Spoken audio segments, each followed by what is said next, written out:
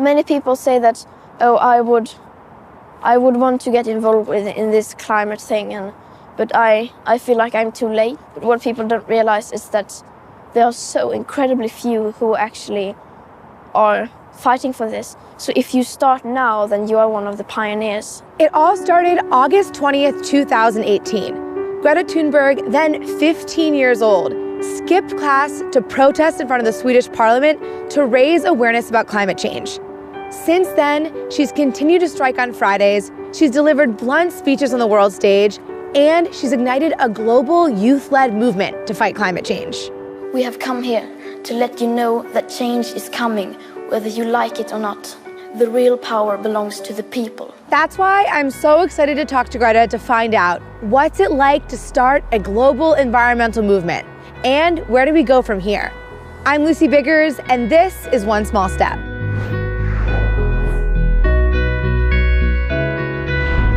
On March 15th, 2019, an estimated 1.4 million young people in 123 countries joined Greta in her Friday protests.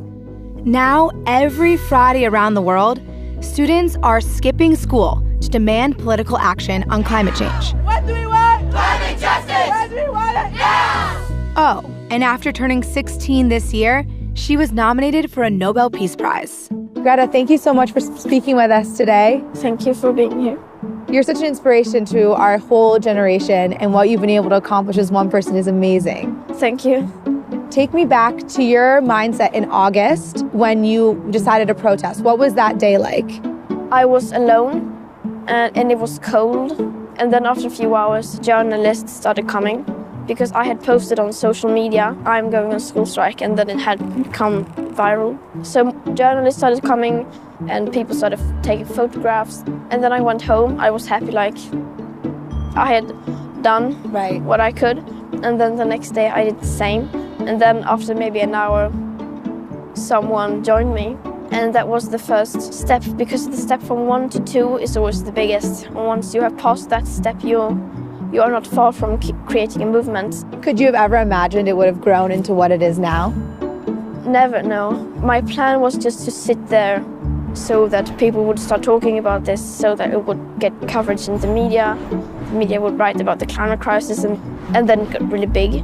It started spreading to other Swedish cities, and then to other countries, and then to other continents, and then it just escalated.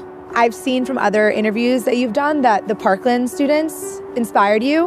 What was inspiring about their actions? It was just spontaneously that they thought that we can't accept this and we will do something, and also that there were young people who did it and that it had such an impact. They say that tougher gun laws do not decrease gun violence.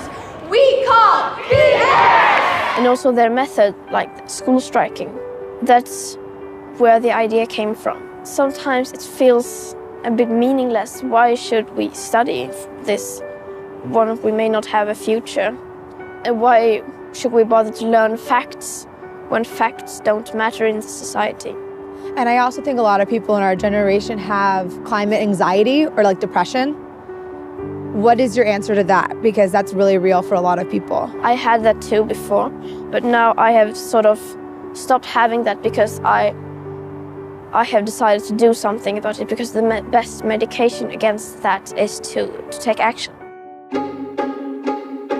Greta's impact is truly global. We're outside City Hall in downtown Manhattan, where students are protesting as part of Greta's Fridays for Future campaign. Green New Deal! Green New Deal! Are you inspired by Greta Thunberg? Yes, I've actually been in School Strike for Climate in front of the United Nations headquarters every Friday in solidarity with Greta for 34 weeks now. She's empowered so many students to come out here and strike. She's like the true, like, you can start from one person type of thing. Like, it's really cool how she did that. Well, she's a very strong activist, and I love the way she speaks. She's very passionate about this cause, and that's exactly what we need. What are the personal choices that you make to be more environmentally friendly? I have stopped flying since a few years ago. I have become vegan. I have shop stop. and just small things like that I can do. What do you want the grown-ups, the politicians to understand? I know you've been protesting for many months now. Do you think that they've learned anything? Many people have, and many people often come up to me and say like, oh, now thanks to you I've stopped flying and I've become vegan and so on. And that's very hopeful, but the awareness is still very low. People in general are not aware of what is going on. And since they're not aware, the people in power can just continue like this if they don't have any pressure from the people. So we need to make the people aware and create international opinion. Is there any situation in which the politicians act and then you would stop protesting? Yes, I have to stop protesting eventually sometimes because I can't go on forever. But hopefully it will happen soon. But I've said that I'm going to continue school striking until Sweden is in line with the Paris Agreement. And just personally, how do you keep going after all these months and get up and keep this movement going? I don't know. I just decided I'm going to do this, and then I just do it.